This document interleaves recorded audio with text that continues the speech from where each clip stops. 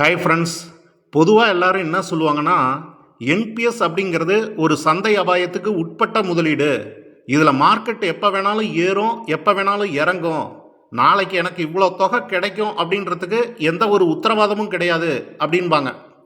அதனால் இதில் முதலீடு செய்கிறவங்களுக்கு எப்பயுமே ஒரு பயம் இருந்துகிட்டு இருக்கும் அப்படின்னு சொல்லுவாங்க. இனிமேல் மார்க்கெட் ஏறினாலும் சரி, இறங்கினாலும் சரி, அது முழுசாக உங்களை பாதிக்காத மாதிரி இதுக்கு சில நடவடிக்கைகளை அவங்க எடுக்க போகிறாங்க. அது என்ன நடவடிக்கை அப்படின்றத பற்றி தான் இந்த வீடியோவில் நம்ம டீட்டெயிலாக பேச போகிறோம்.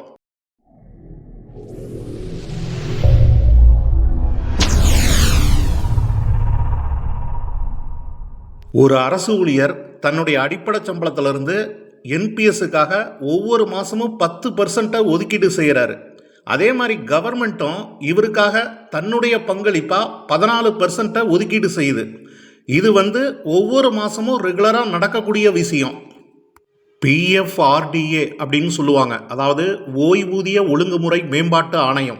இதனுடைய வழிகாட்டுதல் பிரகாரம் நீங்கள் முதலீடு பண்ணக்கூடிய அந்த பணத்தை கவர்மெண்ட் செக்யூரிட்டிஸ்லேயும், கார்ப்பரேட் பாண்ட்ஸ்லேயும், ஈக்விட்டிஸ்லேயும் இந்த மாதிரி பிரித்து முதலீடு பண்ணுவாங்க.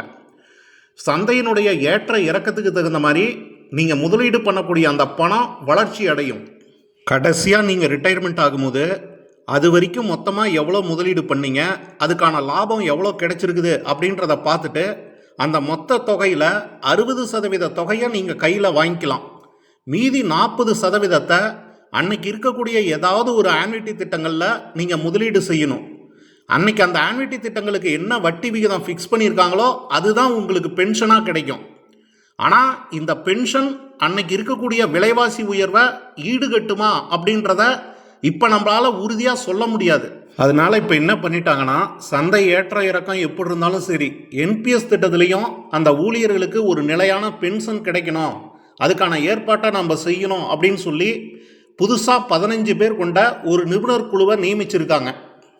இப்போ இந்த நிபுணர் குழு என்ன பண்ணுவாங்கன்னா, சந்தை நிலவரம் எப்படி இருந்தாலும் சரி, விலைவாசி உயர்வை ஈடுகட்டுற வகையில் அந்த ஊழியர்களுக்கு பென்ஷன் கிடைக்கணும், அதுக்கான வழிமுறைகள் என்ன, அதுக்கான சாத்தியக்கூறுகள் என்ன அப்படின்றத இந்த குழு ஆய்வு பண்ணி தனது அறிக்கையை சமர்ப்பிப்பாங்க. அதுக்கப்புறம் தான் இதில் இறுதி முடிவு அவங்க எடுப்பாங்க.